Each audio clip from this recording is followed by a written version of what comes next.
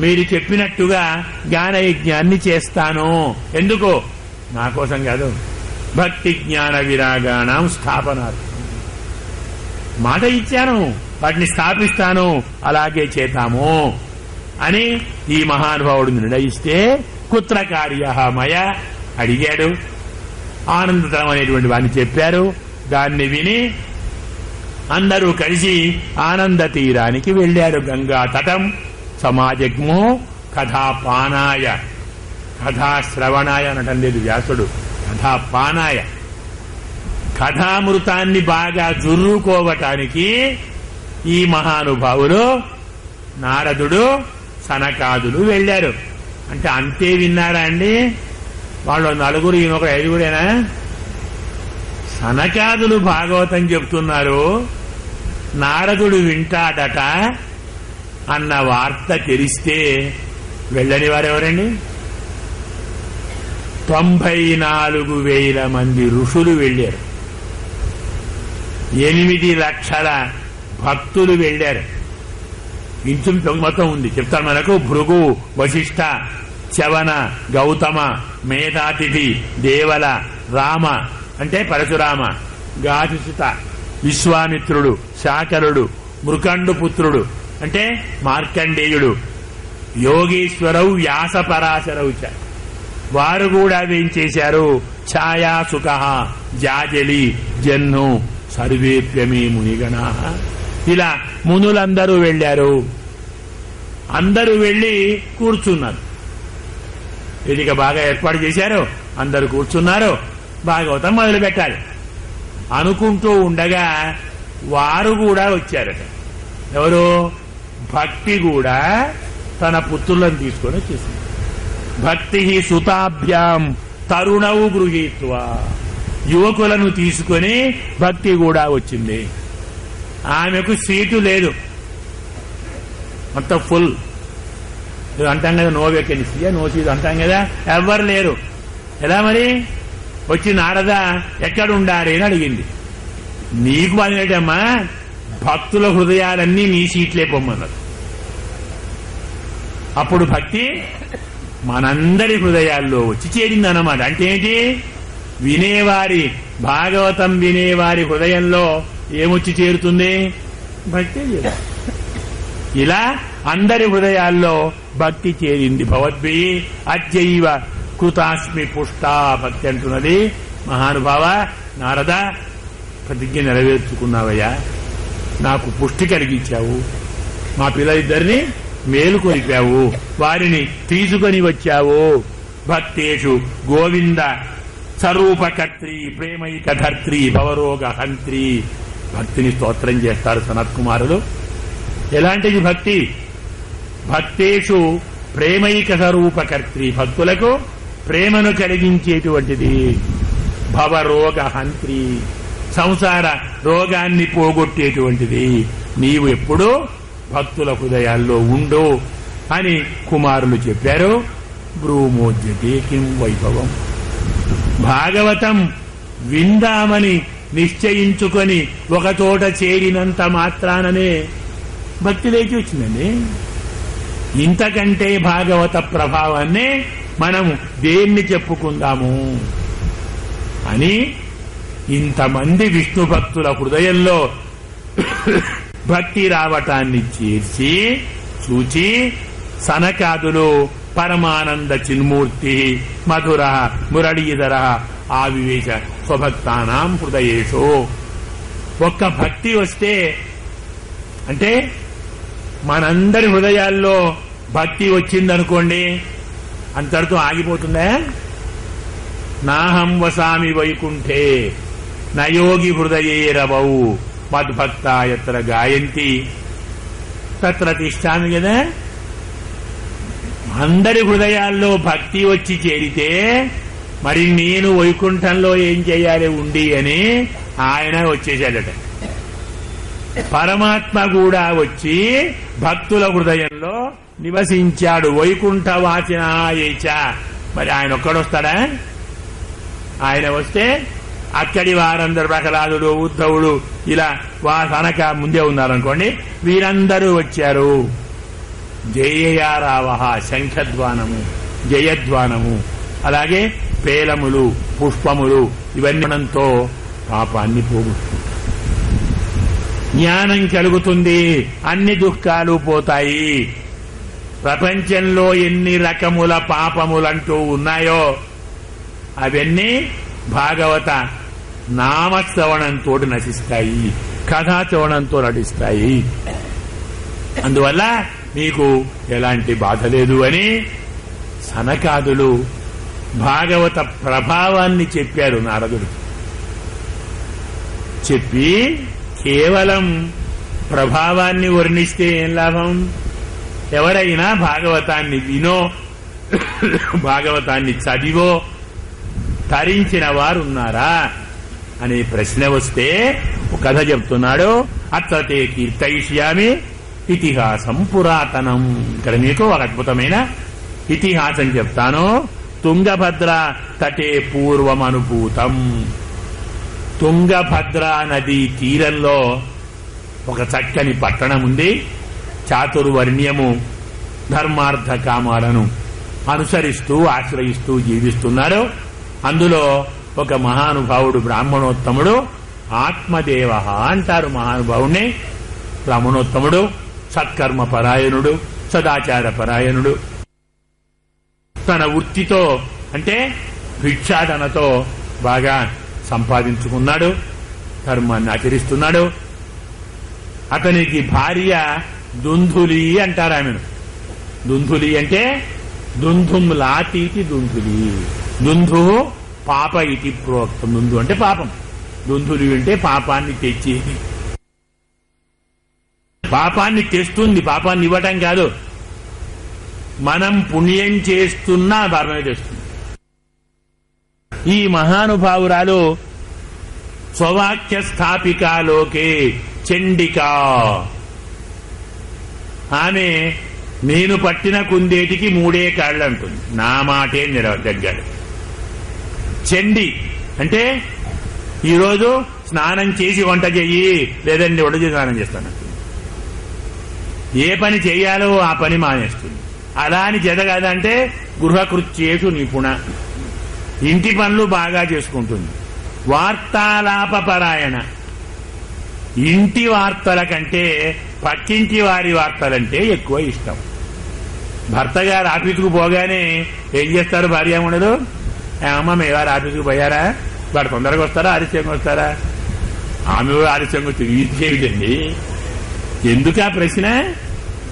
ఆమె భర్త తొందరగా పోతే ఈమెకేమిటి లాభము, ఆలస్యంగా వస్తే ఈమెకేమిటి లాభము కాదు, మాట్లాడుకోవాలి. ఇవే మీ ఇల్లు బాగు చేసుకో, ఇల్లు చదువుకో, ఇంకేం కాదు కాదు. పక్క ఇల్లు ఎలా ఉంది, ఆ పక్క ఎలా ఉంది.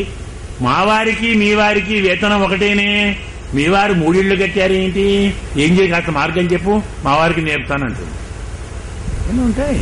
గృహవార్త పరాయణ, ఇంటికంటే పక్కింటి వార్తల మీద ప్రేమ ఎక్కువ. కలహ ప్రియ, పంచాయతీలు చాలా ఇష్టం. క్రోధన, మహాకోపిష్టి. ఇలా అన్ని కలియుగంలో ఆడవారికి గృహిణిలో లక్షణాలన్నీ ఉన్నాయి. ఇలాంటి మహానుభావురాలు సరే ఎలాగో అంటాం కదా, మెలగబడ్డ పాము ఏదో అంటా చూడండి, పెళ్లి చేసుకున్నాడు, ఏం చేస్తాడు, ఏదో కాపురం చేస్తున్నాడు. బహుశా ఈ బాధే కారణం కావచ్చు, సంతానం కలగలేదు. సంతానం లేకుంటే ఏదో వ్రతాలు చేశారు, దానాలు చేశారు, ధర్మాలు చేశారు, ఏమేమో చేశారు, అయినా సంతానం కలగటం లేదు. ఒకరోజు సమిధలు, పుష్పములు, దర్భలు తీసుకొని వద్దామని అరణ్యానికి వెళ్ళాడు. అవన్నీ తీసుకున్నాడు. మధ్యాహ్నం అయింది, స్నానం చేయాలి. మధ్యాహ్నం సంధ్యావందనం చేసుకోవాలి కదా. మధ్యాహ్నం అయింది, స్నానం చేశాడు. ఓ సరస్సులో సంధ్యావందనం చేసుకున్నాడు. పరమాత్మను ధ్యానం చేశాడు. అయ్యో ఇన్ని ధర్మాలు ఆచరిస్తున్నాను, ఇంత ధనం సంపాదించాను, సంతానం లేకపోయిందే అని ఏడుస్తూ కూర్చున్నాడు. అతను విలపిస్తూ ఉంటే ఓ సన్యాసి వచ్చాడు. కథం రోదిషి విప్రత్వం, ఎందుకు నీవు ఏడుస్తున్నావయ్యా, నీకున్న చింత ఏమిటి, తొందరగా చెప్పు, ఇతనైతే తీసేస్తాను. అయ్యా మా దుఃఖం మీరేం తీసేయలేదండి, ఏం చెప్పాలి, ఎక్కడికి వెళ్ళాలి, ఏమని వివరించాలి? నాకు సంతానం లేదు. సంతానం లేకుంటే ఏమయ్యా? నేనిచ్చేటువంటి జలాన్ని పితృదేవతలు తీసుకోవటం లేదు. మద్దత్తం నైవ గృహంతి పితరః, వారు కవోష్ణం భుంజతే జలం అంటారు. మరి నీళ్లు తాగాలి కదా పితృదేవతలు, మరి ఏం చేస్తున్నారు, ఏం తాగుతున్నారంటే వారి వెచ్చని కన్నీరు తాగుతున్నారు. సంతానం లేదు కాబట్టి లభించడం లేదు. దిగ్జీవితం ప్రజాహీనం దిగ్గృహం, సంతానం లేని బతుకు, సంతానం లేని ఇల్లు వ్యర్థము, సంతానం లేని ధనం కూడా వ్యర్థము. సంతానం నాకు లేకుంటే ఇక్కడ బాధ లేదు. నేనొక ఆవును పెంచితే సంతానం దానికి ఉండదు. పాల్యతేయ మయాధేను సా వంధ్యా సర్వదా భవే. పొరపాటున ఒక చెట్టు నాటితే దానికి కాయలు పండ్లు ఉండవు. ఇంటికి ఫలం తెస్తే అది నిష్బీజం అవుతుంది. అంటే కొబ్బరికాయ తీసుకొని వచ్చి అందులో నీళ్లు ఉండవు. ఇంత ఘోరమై పాపం నేనేం చేశాను, నాకు సంతానం కావాలి మహానుభావ అని ఈ మహానుభావుడు విలపిస్తే యత్ఫలం మధుగృహాయాతం, దాన్ని దీన్ని విన్నాడు. పిచ్చివాడా, నీవెందుకు బాధపడుతున్నావు? సంతానం ఎందుకయ్యా? తెలియక సంతానం కావాలి, సంతానం కావాలి, సంతానంతో సుఖముంది, సంతానంతో సంతోషముంది అని నీవు అనుకుంటున్నావు. ముంచి అజ్ఞానం ప్రజారూపం మోహతః నరకే గతి. సంతానం అనే అజ్ఞానాన్ని విడిచిపెట్టు. మోహాన్ని పొందితే నీవు నరకానికి వెళతావు. నేను నీ పాలాక్షర లేఖను చూచాను, నీకు సంతానం లేదు. ఇప్పుడే కాదు, నైవ జన్మని జన్మని 7 జన్మలు, నీకు 7 జన్మలలో కూడా సంతానం లేదు. నేనిప్పుడే చూశాను. అందువల్ల నీవు అలాంటి బాధను మరిచిపో, వివేకాన్ని నేర్చుకోవయ్యా, బాగుపడతావు అన్నాడు. వివేకేన భవేత్ కిమ్మే, వివేకం నాకెందుకు అబ్బాయి, నువ్వు నాకు కొడుకు కావాలి, పుత్రుడు కావాలి, వివేకంతో నాకేం ప్రయోజనం? ఒకవేళ నాకు నువ్వు సంతానాన్ని ఇవ్వకుంటే నీ ముందర మెడకు ఊరి పెట్టుకొని చస్తాను. సావమంటావా? సంతానం ఇస్తాను. చూచాడు. నీకు ఇంకా అర్థం కావట్లేదు నాయన, సంతానం వల్ల నీవు ఎలాంటి బాధపడతావో నీకు ఒక దృష్టాంతం చెబుతాను విను అని చిత్రకేతు గత కష్టం కథ చెప్పాడు. చిత్రకేతు ఉపాఖ్యానం అంటాం. మనకు భాగవతంలో 6వ స్కంధంలో వస్తుంది. వృత్రాసురుని యొక్క పూర్వజన్మ. వాడొక మహారాజు చిత్రకేతువు. అతనికి 101 మంది భార్యలు. రాజులకు 66 మంది ఉండేవారు. కానీ సంతానం లేదు.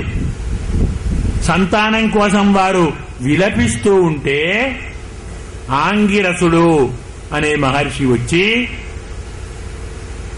ఏమిట్రా నాన్న బాధపడుతున్నావు అని అడిగాడు. అయ్యా సంతానం కావాలి, ఇలాగే సంతానం లేదురా బాబు అని చెప్పాడు. నాకు సంతానం కావాలి అని నిర్బంధిస్తే ఒక పండు ఇచ్చాడు. పెద్ద భార్య సంతానవతి అయినది. పెద్ద భార్య కొడుకు పుడితే మరి రాజుగా పెద్దవారి దగ్గరే ఉంటాడు. తక్కిన 100 మందికి 0. వాళ్లకు దిగులు కదా. వాళ్ళందరూ ఏం చేశారు, మాకు సంతానం కావాలని రాజు మా దగ్గరికి రావాలి కదా, రావటం లేదు. అయితే మాకు సంతానమైనా కావాలి అంటే మేము పెద్ద భార్య ఎలా ఉండాలి, లేదు పెద్ద భార్య మాలాగైనా ఉండాలి. ఇది మాకేం లేదు అని అందరూ అక్కడికి వెళ్ళారు. పెద్దవాడి అంతఃపురానికి. పిల్లవాడు పుట్టాడు కదా, ప్రేమగా దగ్గర తీసుకుంటున్నారు, లాగిస్తున్నారు, నీళ్లు పోస్తున్నారు. సంతానం లేదు కాబట్టి అబ్బాయి ఉన్నాడు, ప్రేమకు వచ్చారేమో అనుకున్నారు. అని అనుకుంది పాపం. 5-6 నెలలు సక్రమంగా చూచి ఒకరోజు అతను తాగే పాలలో విషం చుక్క వేశారు. వాడుకంటే ఇప్పుడు వారు ఒకటే కదండి. మళ్లీ ఏడుస్తున్నాడు చిత్రకేతు. మళ్ళీ వచ్చాడు బృహస్పతి అంగిరసుడు. అయినా ఏమైంది? మళ్ళెందుకు సంతానం ఇచ్చాను కదనయ్యా, ఇచ్చేవాడు చచ్చాడయ్యా, పుట్టినవాడు చావడా? నాకు అమ్మాట చెప్పలేదు. ఎందుకు చెప్పాలి? చస్తాడు కదా. చిన్న వయస్సు అండి, ఏం కావాలి? బతికిస్తాను. ఒక కండిషన్, నువ్వు గుర్తుపట్టాలి వాడిని. అదేంటయ్యా పిల్లలు పట్టలేదా? ఒక 12 ఆత్మస్వరూపంలో పెట్టాడు. ఆత్మస్వరూపాలు చూపెట్టు, ఏం గుర్తుపడతాడు? సరే వాడిని అడుగుతాను, ఏమయ్యా వీడిని తల్లిదండ్రులు ఇద్దరు, తల్లిదండ్రులా? ఎన్నో జన్మలో వాళ్ళు అన్నాం కదా, బహుళీతి దాని జన్మాంత అంటామే. ఎన్నో జన్మలు, 1,00,000 జన్మలు ఉన్నాయి. అందులో ఎప్పుడు వీళ్ళు ఇలాంటి దానివల్ల వాడికి వైరాగ్యం కలిగింది. ఆదిశేషుడిని భక్తుడయ్యాడు, ఉపాసించాడు, తత్వాన్ని చదివేదనుకోండి. ఇలా లేని సంతానాన్ని బలవంతంగా పొందినందువల్ల చిత్రకేతువు కష్టాలు పొందాడు. నీవు కూడా ఇలాంటి కష్టాలే పొందుతావు. ఎందుకొచ్చిన బాధ? ఆశ వదులుకో అని బోధించాడు. నేను వినను, చస్తాను, ఇస్తావా లేదా? బ్రాహ్మడు చస్తే బాధ కదా. సరే ఒక పండు తెచ్చి ఇచ్చాడు. ఇది నీ భార్యకి పోయి సంతానం కలుగుతుంది, మహానుభావ ధన్యోస్మి అని వెళ్లి పండు తీసుకొని భార్యకి ఇచ్చి, పండు తినవలసింది, సంతానం అవుతుంది. మహానుభావుడు ఇచ్చాడు, ఇచ్చి వెళ్లిపోయాడు. ఆ మహానుభావురాలు పండు పట్టుకొని, ఈ మగవాళ్లకు బుద్ధులు లేవు, ఏదో పని చేస్తుంటారు, హాయిగా ఉన్న ప్రాణాన్ని కష్టాల పాలు చేస్తున్నారేమిటి, ఈయన పండు తెచ్చాడేమిటి, ఈ పండు తింటే పొరపాటున గర్భం వచ్చిందనుకోండి, ఎంత బాధ అండి. పని చేసుకోగలమా? ఇంటి పనులన్నీ చేసుకోలేం కదా. చేసుకోకున్నా నష్టం లేదు, కానీ గర్భవతినయి అలసత్వం వచ్చి శ్రమతో ఇంటి పనులు చేయలేకుంటే మా అమ్మ నాన్నగారు ఏం చేస్తారు? నాకు సాయంగా మా చెల్లెలను పంపుతారు. సంస్కృతంలో భార్య చెల్లెలకు చక్కని పేరుంది, ననాంద అంటారు. ననాంద అంటే నందయతి అధికం భార్యాత. ననాంద భార్య కంటే ఎక్కువ సంతోషింపజేస్తుందట. అంటే ఎందుకు వస్తుంది? ఆమె భార్య చేయలే పనులు చేయడానికి వస్తుంది. అంటే ఏమర్థం అండి? భార్య చేత కావట్లేదు కదా, సాయం చేస్తుంది. క్రమక్రమంగా ఆ సాయం భార్య స్థానాన్ని ఆక్రమిస్తుంది. భర్తకి ఎందుకు ఆనందం అంటారా? భార్యనే పదవి లేకుండా ఆనందాన్ని ఇస్తుంది కదండి. పదవి లేదు కదా, పరమానందంగా ఉంటుంది. అంటే నాకు మోసం వస్తుంది, నా సీటు కాస్త పోతుంది, సంతానం జోడి వరకు ఇంకోటి అవుతుంది. ఇది కాక నేను గర్భవతిగా ఉండగా పొరపాటున ఊరి మీదికి బందిపోట్లు దాడి చేస్తే అందరు పరిగెత్తుతారు, నేను పరిగెత్తలేను, చిక్కిపోతాను. ఇవేవీ కాక లోపల గర్భంలో పిండం తిరియగ్గత ఇది మే పిండ స్యాత్, పిండం అడ్డం తిరిగితే నేనే చేస్తాను కదా. వీడికి ఎవడు చెప్పాడు ఇటువంటి పాడు బుద్ధి? ఇప్పుడు తినకుంటే ఒక బాధ, తింటే మరో బాధ, ఏం చెయ్యాలి? సరే చూతానులే అని పక్కన పెట్టింది. అదృష్టం బాగుండి చెల్లెలు వచ్చేసింది. అక్కగారు ఎందుకు రపిస్తున్నారు, ఏమిటి బాధ? నేను ఊరుకుంటాను, మీ బావ ఒకటి చేస్తాడా, ఇది అలా చేశాడు, ఒక పండు తెచ్చాడు, తిన్నానని చెప్పు, నష్టమేమిటి? చెబుతాను, బాగానే ఉంది. మరి నిజంగా తింటే ఏడాదికో 6 నెలల గర్భం కావాలి కదా, తినకుంటే ఎలా వస్తుంది? పిచ్చిదానా, నీ ఇప్పుడు గర్భవతిని తిన్నానని చెప్పు, ఓ 3 నెలలుగా గర్భవతిని చెప్పు, తల్లిగారింటికి పోతున్నానని చెప్పు, ఇంటికి వచ్చేసి అక్కడ ఉండు, నేను ప్రసవిస్తాను కదా, నా పాపను తీసుకో, వచ్చేసి తరువాత సంతానం కలిగింది కానీ పిల్లకిచ్చే పాలు నా దగ్గర లేవు, మా చెల్లెలకు సంతానం కలిగి పోయింది, ఆమె పాలిస్తుంది పిల్లవాడికి అని చెప్పు, నేను తీసుకొచ్చి పాలిస్తాను. మీకు గర్భము లేదు, గర్భబాధ లేదు, సంతానం కలుగుతుంది, బాగుంది కదా. సరే బాగుంది, అలాగే చేద్దాం. మరి పండేం చేయాలి? ఆవుకెయ్యి తినేస్తుంది, ఎందుకు వచ్చిన బాధ? ఇంట్లో ఆవులు ఉన్నాయి కదా, చాలా బాగుంది అనుకొని మహానుభావుడు, ఈ మహానుభావురాలు ఆ పండు ఆవుకేసి, భర్త వస్తే తిన్నానండి, అని చూస్తాడా, తిన్నానంటే తిన్నాను, సరే 4 నెలలు 3 నెలలు గర్భవతులంతా తల్లిగారింటికి, అంతా అనుకున్న ప్రకారం జరిగింది. బాబుని తీసుకొని, సంతానాన్ని తీసుకొని వచ్చేసింది మహానుభావురాలు. పాలు లేవండి మా చెల్లెలు రామని రమ్మన్నాడు. పెరుగుతున్నారు. కొన్నాళ్లకు మరి పండు తిన్న ఆవు ఊరుకుంటుందా, సంతానం ఆవు కలిగింది. ఆ సంతానానికి, ఆ పిల్లవాడికి చెవులు ఆవుకున్న చెవుల్లాగా ఉన్నాయి. అందుకే ఆ పిల్లవాడి పేరు గోకర్ణుడు అని పేరు పెట్టారు. గోవు కర్ణాలాగా ఉన్నాయి, అతను గోకర్ణుడు. ఈ అబ్బాయి పేరు దుందుకారి, అంటే పాపం చేసేవాడు. తల్లి పాపాన్ని తెచ్చేది, కొడుకు పాపాన్ని చేసేవాడు. ఇద్దరూ పెరిగారు. వాడు గోకర్ణుడు కాబట్టి శాస్త్రజ్ఞానం బాగా సంపాదించాడు, ధర్మాన్ని ఆచరిస్తున్నాడు. వీడు అబద్ధాలతో మోసాలతో ఏర్పడేవాడు కదా, అలాగా అన్ని దుష్కృత్యాలు ఈ మహానుభావుడు చేస్తున్నాడు. లాలనాయ అర్భకాన్ ధృత్వ, పిల్లలను తీసుకొని వచ్చి ఆడిస్తున్నానని ఓ నదిలో ముంచేసి చంపేవాడు. ఏం చెయ్యాలి?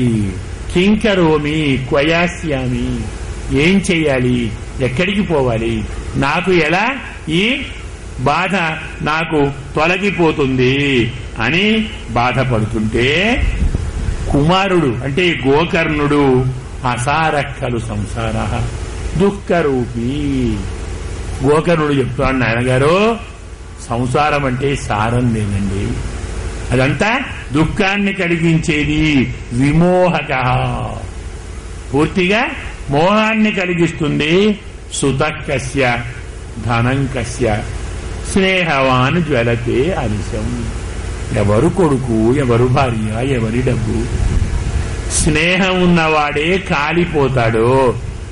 స్నేహం అంటే ప్రేమ, స్నేహం అంటే తైలం, నూనె. మనం వత్తిని నూనెలో తడిపి ముట్టిస్తేనే అది కాలుతుంది. నూనె అయిపోయింది అనుకోండి, పోతుంది కదా. స్నేహం ఉంటేనే కాలుతుంది. మనకు కూడా పుత్రాదుల యందు స్నేహం ఉంటేనే మనందరి మనస్సు కాలుతుంది. అందుకే స్నేహవాన్ జలతి అనిశం నచేంద్రస్య సుఖం కించిత్ నా సుఖం చక్రవర్తిన. సుఖమస్తి విరక్తస్య మునే ఏకాంతవర్తిన. సుఖం ఇంద్రుడికి ఉందా అండి? చక్రవర్తికి? ప్రతివాడు వాణిజ్యుడు కాపాడుకోవాలి, ఎవడు మోసం చేస్తాడు, ఇదే బాధ. అందుకే నచేంద్రస్య సుఖం, ఇంద్రుడికి సుఖం లేదు. నా సుఖం చక్రవర్తిన, చక్రవర్తికి సుఖం లేదు. ఎవరికుంది? ఏకాంతవర్తిన, విరక్తులకే, వైరాగ్యం పొందిన మహానుభావులకే సుఖమంటూ ఉంది. ముంచాజ్ఞానం ప్రజారూపం మోహతో నరకే గతి. ప్రజా సంతానం అనే అజ్ఞానాన్ని వదిలిపెట్టవయ్యా, మోహంతో నరకాన్ని పొందుతావు. నిపతిష్యతి దేహోయం సర్వం త్యక్త్వా వనం వ్రజ. నీవెంత కష్టపడ్డా ఈ శరీరం పడిపోయేదే, అన్నీ వదిలిపెట్టి అరణ్యానికి వెళ్లవలసింది. బాగా చెప్పావురా నాయనా, ఈ మాటే నిజం, వెళతాను, కానీ అడవికి వెళ్లి ఏం చేయాలి? వెళ్ళాలి కదా, మొదలు పెడితే లాభం అంటే చెప్తాడు మహానుభావుడు, దేహే అస్థి మాంస రుధిరే మమతాం త్యజస్వ. అడవికి పోవాలన్నా,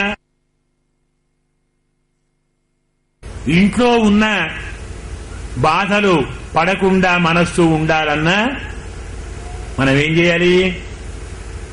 శరీరం మీద మమకారాన్ని చంపుకోవాలి.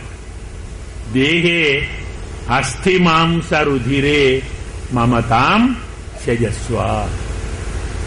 రెండు మూలం ఇదే కదా. అబ్బో నా శరీరంలో జ్వరం వచ్చిందండి, చలి పెట్టిందండి, వేడైందండి, ఏమో అయిందండి. అదొక్కటి లేదు, బాధే లేదు కదా. పోనీ ఇందులో బంగారము రత్నాలు వజ్రాలు ఉన్నాయా? ఏముంది ఇందులో? అస్థి మాంస రుధిరే, ఎముకలు, మాంసము, రక్తము, ఇలాంటివే ఉన్నాయి. నువ్వెంత జాగ్రత్తగా ముందరొస్తుంది మనకు, ఎంత జాగ్రత్తగా కాపాడుకున్నా దేనికవి మళ్ళీ వేరైపోయేవే. తరువాత మొదటి ప్రేమ మమకారం నీ శరీరం మీద, తరువాత మమకారం నీ శరీరం కోసం వచ్చిన వారి మీద కదా, ఆ తరువాత శరీరం వలన వచ్చిన వారి మీద. అందుకే జాయా సుతాదిషు సదా మమతాం విముంచ. మొదలు నీ శరీరం మీద మమకారం వదిలిపెట్టు, తరువాత భార్య యందు, పుత్రుల యందు. ఎందుకు? పశ్య అనిశం జగదిదం క్షణభంగ నిత్యం. ఈ సంసారం అంతా క్షణభంగురము. మరేం చేయాలి? వైరాగ్యరాజ రసికోపవ అప్రమత్త. జాగరూకతతో వైరాగ్య రసంలో మునిగిపోవయ్యా.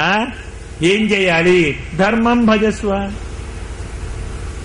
శరీరము, భార్య, పుత్రులు, ధనము, గృహము అన్నిటినీ వదిలిపెడితే ఏం చేయాలయ్యా? ధర్మం భజస్వ. నీవు నీ ధర్మాన్ని ఆచరించు. లోక ధర్మాను త్యజ. ధర్మం అంటే మరి భర్తగా భార్యను పోయిన ధర్మం కదా, తండ్రిగా పుత్రుని పోసిన ధర్మం కదా, మరి సంపాదించిన ధర్మం కదా గృహస్థుడిగా. లోక ధర్మాను త్యజ. లౌకికమైనటువంటి సాంసారిక విషయ భోగాలను పెంచటానికి పనికొచ్చే ధర్మాలను వదిలిపెట్టు. మనకు శ్రీవచన భూషణం అనేటువంటి సంప్రదాయ గ్రంథంలో, అలాగే భారతంలోని వాక్యం అనుకోండి, వివరించారు బాగా వారు. ద్రౌపదిని నిండు సభలో వస్త్రాపహరణం చేస్తున్నప్పుడు అదృష్టం బాగుంది, మా ద్రౌపదికి భర్తలయ్యారు, శిరస్సు తీసేస్తే ఈమెకు వైధవ్యం వస్తుంది కదా అని బతికిపోయారు. ఇదేం అన్యాయం అండి, ఏం పాపం చేశారు? ధర్మాన్ని వదిలిపెట్టారు. నా భక్తుడు పాహి పాహి అని ఆర్తనాదం చేస్తుంటే శక్తి ఉండి కూడా చేతులు ముడుచుకున్న వాళ్ళు ధర్మభ్రష్టులు, కర్మభ్రష్టులు శిక్షించాలన్నాడు. వాళ్ళు బానిసలు కదండి, స్వతంత్రం వాళ్ళకు లేదే. బానిసలనేది లోకధర్మం, నా బానిసలు న్యాయధర్మం. వాళ్ళు నాకు దాసులు, కాపాడు. దుర్యోధనాలకు బానిసైనటువంటి లౌకిక ధర్మం, లోకధర్మం. నాకు దాసులు వేదధర్మం. సామాన్య ధర్మాన్ని విలీన ధర్మాపేక్షయ వదిలిపెట్టడం శాస్త్రం.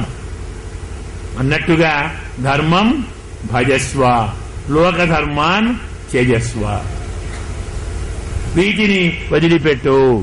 అందులో సేవస్వ సాధు పురుషాన్ జహి కామతృష్ణ. 3-4 శ్లోకాలు రోజు వీటిని మనం అనుసంధానం చేసుకుంటే ఉత్తమ గృహస్థు ఎలా ఉండాలో తెలుస్తుంది.